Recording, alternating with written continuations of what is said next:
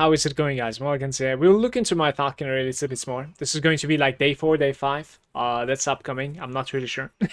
So I've been changing a lot of things all the time. Yesterday there was a hot fix. They're talking about like basically bug fixing a dive bombs modifier right over here. I think it's about like on Wings of Shadow into like birds, like this bottom right section. Well, fortunately, I haven't been using that at all. I've been, messing around with like the left-hand side and the damage multipliers over here. But I was actually like thinking of going into that as well.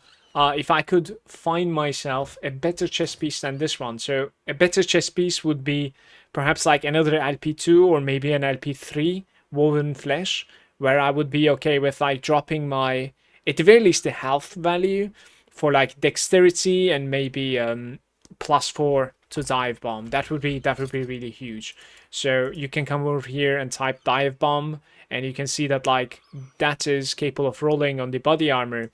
So we could potentially craft a legendary woven flesh with +4 yeah, dive bomb on it. So I couldn't necessarily find either a better woven flesh yet. I'll be farming it on stream today, and I couldn't necessarily find a dive bomb body armor yet either. Maybe I should like look into getting the blessing that's going to be like increasing the chances of finding body armors. I'm not really sure. I'm still trying to find a also helm, which is giving me +4 to falconry. That is also pretty good. That is also pretty good. I like that one a lot simply because it comes with like the secondary stat rolled increased minion damage. So I can talk about my character for forever. Let me show you how the character is doing. We're going to be running two different corruptions and two different echoes. The first one is going to be an easy one. We're in 100 corruption, so this is just like regular empowered monolith, let's say. The timeline doesn't really matter too much. But we're in the Malagant timeline right now. I wanna kill Malagant a couple of times for a good lightning resistance later on today, so why not? So in this difficulty, obviously, it is going to be just complete face roll. Like, the character is... I have some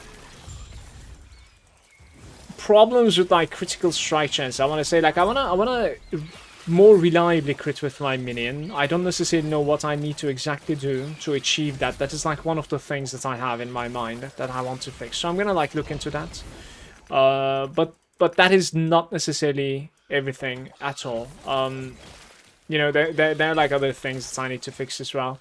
There's some other stuff that I'm actually like really testing and trying to decide like what is better. So many different things in that sense actually. What just happened here?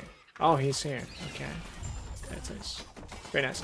So, you can pretty much crit all the way up to 1,000,000 with this character under like certain circumstances, you know, if you play it right with my build. So you don't necessarily need like this bug thing. I do believe that like it still is overperforming even without that. What you need to do is like you need to basically use the Talon Blades stacks while also utilizing the stacks that is coming from the aerial assault, the aerial prowess, because thanks to the terror wings, it is capable of, you know, buffing your dive bomb, your next dive bomb. So you get like good stacks on aerial prowess, and then you get good stacks of Talon Blades, and then you're just going to be absolutely demolishing with your next dive bomb cast. So that's how you basically like crit very hard, and that is also why it is like good to jump into packs. So let's run a Reign of Dragons 300 corruption monolith here. Obviously, I need to be a little bit more careful. To be honest with you, 300 corruption is, in my opinion, a little bit high for my character right now. I think it's a little bit ambitious. Simply because, like, whenever I mouse over, like, any sort of an item that I have on me, it is possible for me to say that, like, okay, I can upgrade this. You know what I mean? So... And we're playing on hardcore. You know, I have only one life on this character. When it dies, it's over. So, like, I'm not gonna continue in softcore, definitely not. So that being said, like, you know, like playing on 300 corruption is not necessary. Definitely not. About 200 is necessary because I want to go for like a necklace, an amulet that is called Omnis, right? And Omnis is going to be dropping from Oribus, and it only starts from dropping at 200 corruption with the same drop rates, if I'm not mistaken. I think it's a little bit better to be farther from the, farther from the middle, farther from the core in your timeline, simply because you're going to be proccing more and more Oribus, and at the same time might have like a higher chance of proccing as well. So this is like the, oh, I got ambushed once again. So as you can see, like, the damage could be jumpy, but like my damage is definitely there. To be honest with you, I want to run one more real quick. That was nice drops. I want to run like one more real quick, because like this was a little bit all over the place. Let's see. Take less damage from you, heal recently. Heal recently sounds pretty easy. Let's run this one real quick.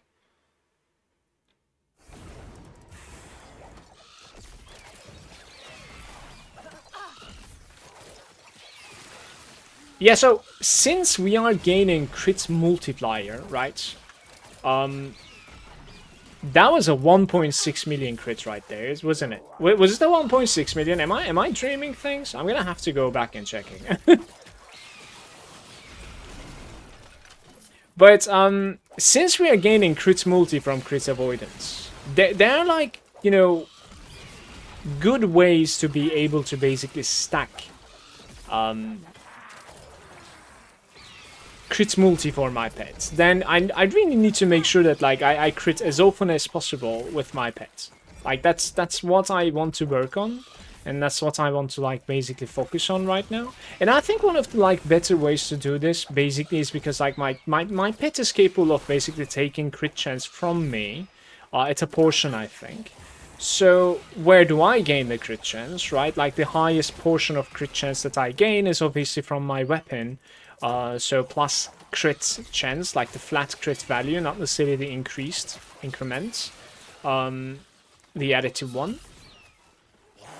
So I want to find that, and to be able to find that, I kind of need to like find the LP Talons of Valor again, and then like try to slap the crit chance on it. And I think crit chance is going to be going a very, very long way if I can pull this off. We'll see. I am honestly looking forward to turning back and like watching this video to see if I actually critted for 1.7 million there, or if I'm like just imagining things. There's an LP2 over there, very nice axe. So this is how the character is doing. It is ridiculously strong. Okay, so after the showing, let me talk about this a little bit.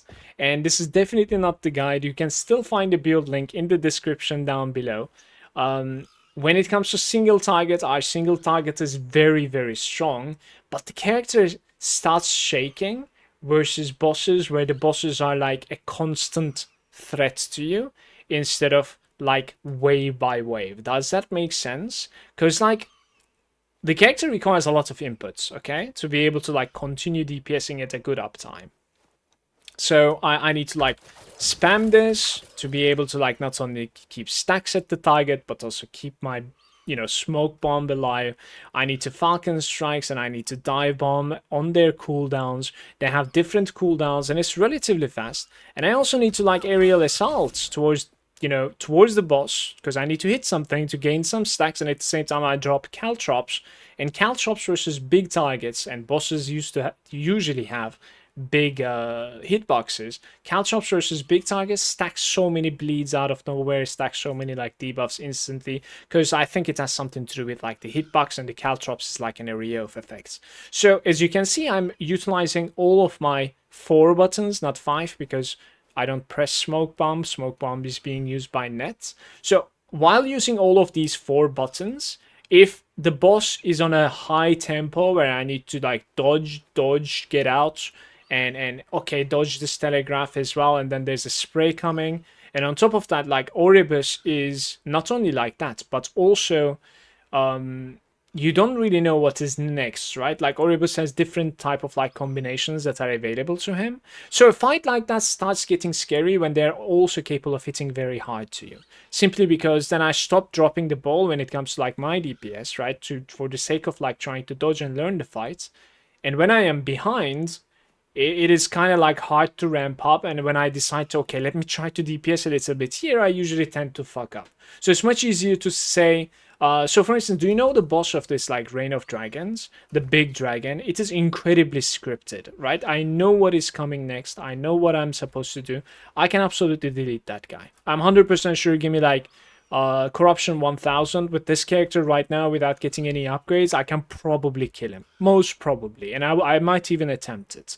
But versus Oribus, I'm a little bit scared now. Starting from like 300, I had some like close calls simply because I'm doing some piloting mistakes, and that is why I said like it is a little bit hard to play high tempo simply because you have a lot of inputs. That's one of the cons that I have managed to, or I kind of figured out, let's say. My passives, these are much more different than how I was playing in the yesterday's stream. This morning while having my morning coffee, it still is here. So I'm recording right after that. I have actually theory crafted a little bit more, and I have made some changes. Small, tiny bits of changes. So there is 1 point over here. I've taken it into the haste, because I have a very good haste uptime. So, you know, getting a little bit of damage from movement speed and a really, really high movement speed is okay. It's not the worst thing. It definitely serves me more than poison resistance and dodge rating. Another thing that I have done is that, like, I have removed the points from here, deflect and weave. I have removed 1 point from Coordinated Fade. I'm removing 1 point from Ranger's Mark, and I was putting some points into Dexterity and Agile Hunt. I've removed that. I've also removed Strike Their Flank. I still couldn't confirm if it's working for my pet or not. It says you deal more damage to the targets that are slowed. I don't know if my pet is actually working with this. I'm not necessarily sure. There was like 4 points in total in here. I removed those 2. So where did they go? They went into the blade density. This is an interesting approach. Basically what I have done is I have taken even more movement speed by putting some more points into Pursuit. I already had a Cloak of Shadows maxed out because of the Glancing Blow chance. Now I have Shroud of Dusk maxed out as well, so we have a chance of gaining more glancing blows every time I'm getting hit. And on top of that, I've taken the apostasy. I'm not really sure if this is how you pronounce it. Sorry.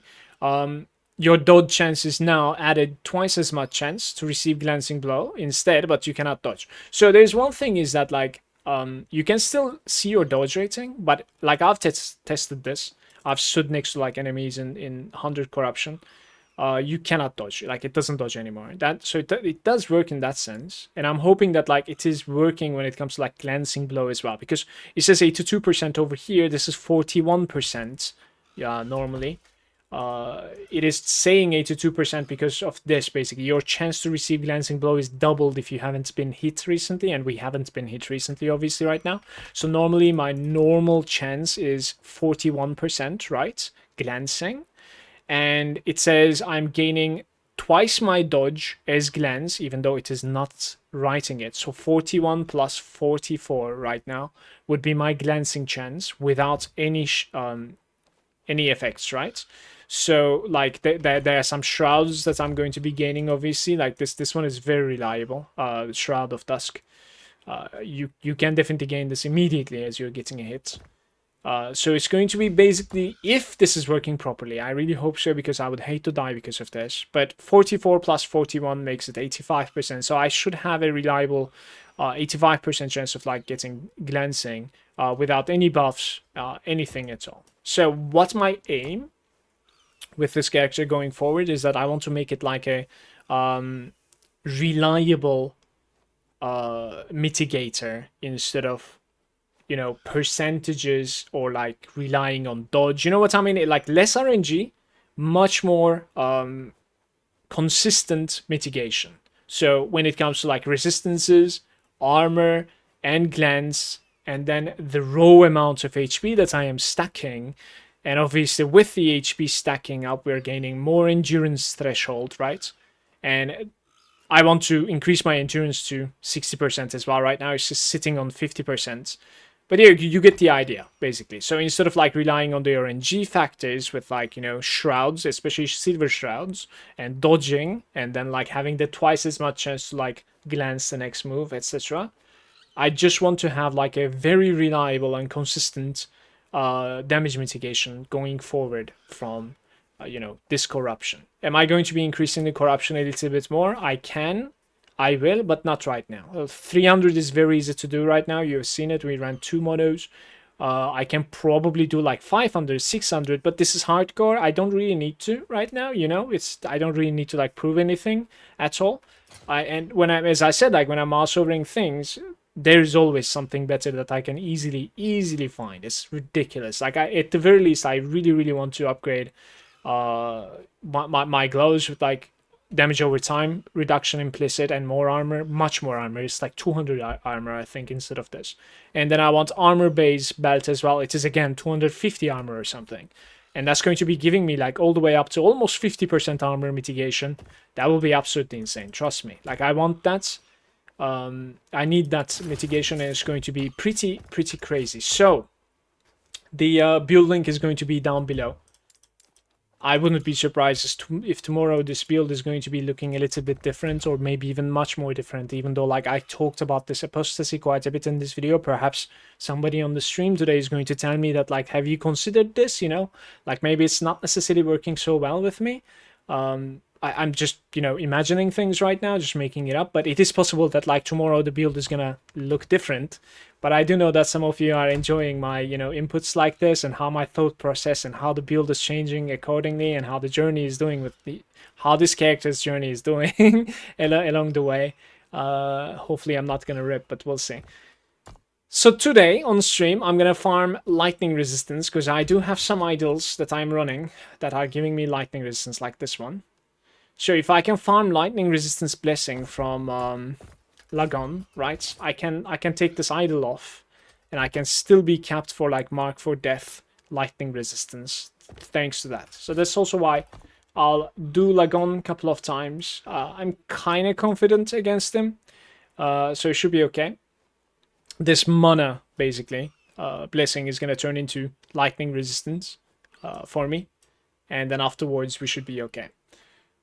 Yeah, so that's going to be my goal today. And apart from that, hopefully I'm going to be making it to finally Circle of Fortune rank 10. That's going to be giving me a lot of like double rewards. The next upgrade is basically saying items from the prophecies are duplicated. I want this a lot, so like that is also why I have like so much favor right now. I'll finalize this video with giving a little bit of like a tip. This is thanks to Seth on my stream. He said basically like when you're re-rolling prophecies, you're spending favor, and when you're accepting prophecies, you're obviously buying them for favor. And you actually do gain reputation, so experience, towards your faction, twice as much as the favor cost of these things. So if the reroll is costing you 350, when you are re-rolling that page, you're gaining 700 reputation. So that being said, I only need 500,000 reputation remaining. So I would need to go there, and I would need to spend 250,000 favor, which I do have already, to be able to, level up to maximum. I'm not going to do it now, but I think to get like an entire page of prophecies, I am spending about like 150k favor, because I checked it out last time. I can spend that much very easily. So that is 300,000 reputation. So I'm basically going to be, farming the last 200,000 and then go get my prophecies, and I will hit rank 10 by doing this as well. Thank you for watching. Let me know if there's any questions, any comments, any suggestions for my character. Definitely, it's building up to be extremely strong, and I'm really digging it. And it was like kind of hilarious for me to see EHG's hotfix notes yesterday saying like, this thing is like overperforming, and I'm like, what is that thing?